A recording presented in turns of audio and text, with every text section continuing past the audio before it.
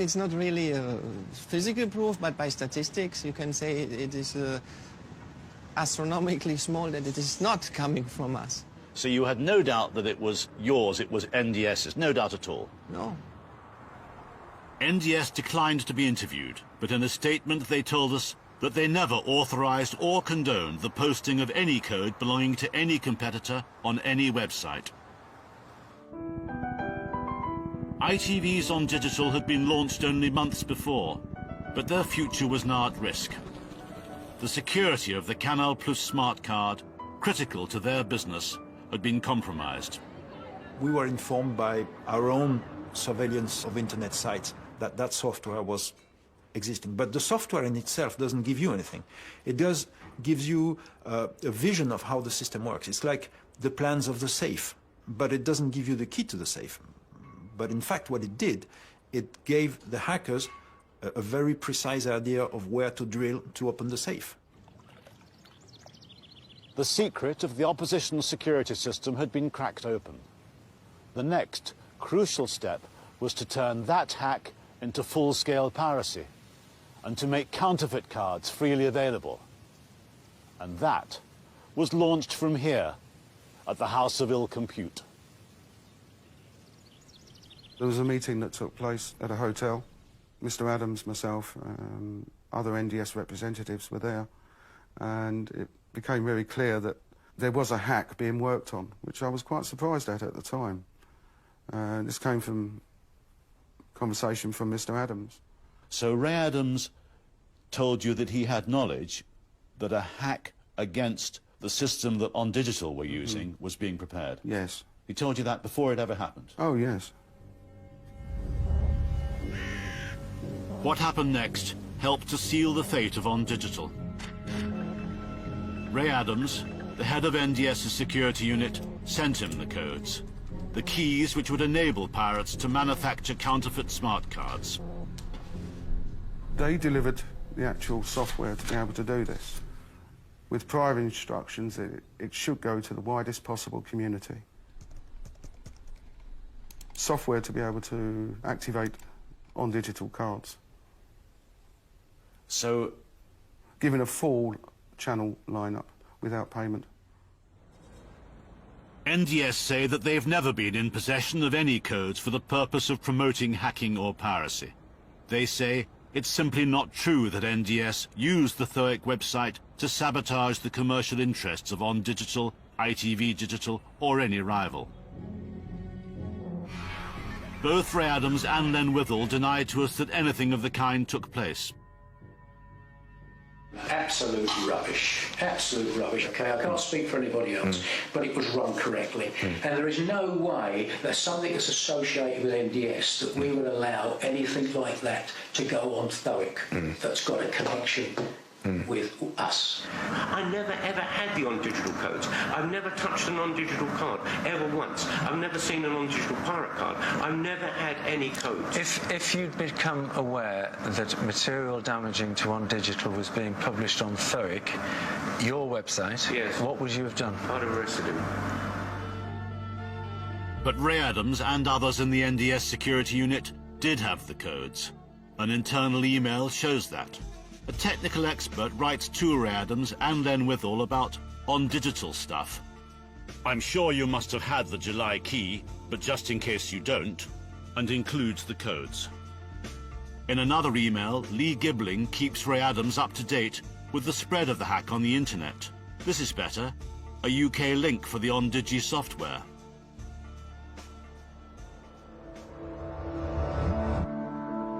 We've spoken to former pirates who used THOIC who confirm the codes were there. Carl Davison was one. Later on, he was convicted and jailed for running a pirate website of his own. We've agreed not to show his face. How they described my website was a one-stop shop for pay TV hacking. This place wasn't a shop, it was a supermarket. It was the biggest website of its kind. We showed him some material that was downloaded from the THOIC website at the time of the hack. This was the original gold card hex file, which was for On Digital. You add the keys to it, program it onto a card, and you basically opened up the encryption system.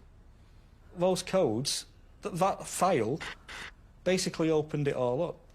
There were people openly selling cards, offering cards for sale on digital. You're talking thousands of cards, if not tens of thousands of cards. It was a big thing. Everybody was doing it. BBC Radio Stoke. 7 people have been arrested as part of an investigation into an alleged multi-million-pound conspiracy to defraud ITV Digital. To say fraud is now costing TV companies millions of pounds a year. It grew and grew and grew until cards were freely available pretty much everywhere, in marketplaces all over the country. You could pick up ITV Digital smart cards. And there you were trying to staunch the flow. Yes, it's like a bad dream. It's like one of those dreams where everything keeps going wrong. ITV's On Digital tried electronic countermeasures, changing their codes to try and defeat the hack. But THOIC was ready for that as well. Lee Gibling was promptly supplied with new codes to pass on to the pirates. We sent them out update codes. We wanted people to be able to update these cards themselves. We didn't want them buying a single card and then finding they couldn't get the channels. We wanted them to stay and keep with On Digital, flogging it until it broke. Flogging it until it broke? Yeah. By the summer of 2001, On Digital's business was draining away. The company spent millions more, relaunching itself with a new name, ITV Digital, and a monkey was hired in to help. Once upon a time, there was a big thing called On Digital. One day, it changed its name to ITV Digital. The end. A good night! By then, the House of Ill Compute faced a crisis.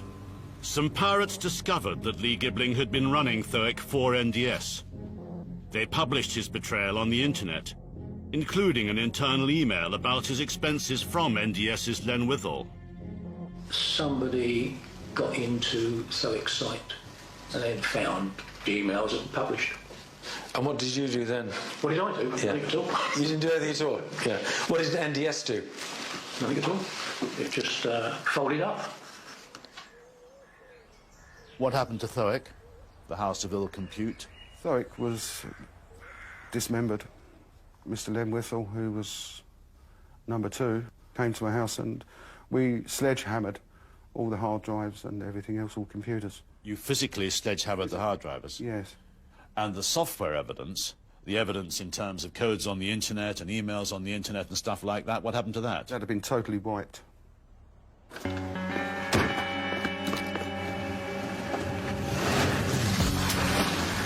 House of Ill Compute, where the hack had been launched from, was shut down in a hurry. Lee Gibling did a runner and left the country. But the dramatic end of the House of Ill Compute had come too late for ITV Digital. The future of digital television is in turmoil tonight, with one of the industry's key players on the verge of collapse. ITV Digital today applied... ITV Digital went under in 2002. The collapse cost its shareholders more than £1 billion. 1,500 employees lost their jobs. The Football League lost 180 million too. The company had made its own mistakes, but the hack was different. The business had its issues, aside from the piracy, no question, but those issues, I believe, would have been solvable by careful and good management. The real killer, the hole beneath the waterline, was the piracy. We couldn't recover from that. NDS told us that they're a global leader in the fight against TV piracy. They say they never used the THOIC website for any illegal purpose, and that they paid Lee Gibling for his expertise so information from THOIC could be used to track and catch hackers and pirates.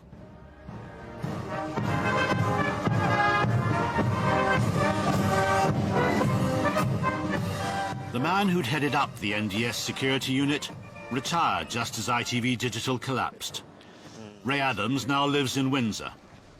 We met him there, and afterwards I openly challenged him about his dealings with the world's biggest pirate website. Mr. Ray Adams, I'm Vivian White from BBC Panorama. Look, I've spoken to your journalist in there, and I've given him my responses. I'm not giving you any. I think... You've repeatedly misled us, haven't you? You've repeatedly misled us about THOIC, the THOIC website, and your involvement in it. I've never spoken to you before, and I'm not going to speak to you now. Thank you. Lee Gibling might have faced awkward questions too, but he'd disappeared. And what happened to Lee Gibling? He went on the run. Have you any idea at all where he is? Yep. Where do you think he is? I'm not telling you. Nothing to do with you. When was he last heard of? Dunno. When did you last see him? Do you know? Dunno. Lee Gibling had made himself scarce abroad and kept his secret for 10 years, until after a long search we tracked him down. He then took several days before he agreed to talk to us. Did they say to you, you must go abroad? Was that why you're here? Yes. It was the easy option out for both parties, for myself and for NDS at the time, when, if I can be frank, like, the shit hit the fan. What we did before. After Lee Gibling went abroad, Len Withall became NDS's head of security. Would you have paid him and looked after him or anything like that? Why not? If he got sort of got himself into trouble, so to speak. Yeah, but you need something back for it. Why would you want to pay somebody if you're not getting anything back for it? But what Len Withall told us wasn't correct. So you cleared out, and did the cheques keep on coming? Yeah.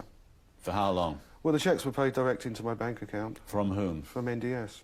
Not for how long? Up until end of 2008.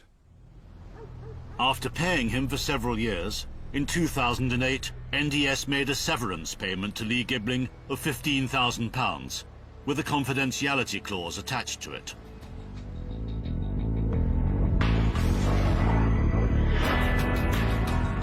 NDS, a News Corporation company, has faced a series of allegations of involvement in hacking and piracy, all of which it has denied. In 2002, Canal Plus sued NDS in a US court. Immediately, the top lawyers from News Corporation itself took the case over. We discovered that there was a company which was one of our competitors behind the hack, NDS, and we launched litigation against them. The matter was clearly handled by News Corp in New York. The fact that it is a large and powerful company makes it just more difficult to fight against it. Come on, Rupert, the shoes! The action never came to court. Rupert Murdoch did a deal with Canal Plus's parent company to purchase assets from them. Canal Plus Technologies was broken up. The legal case was halted.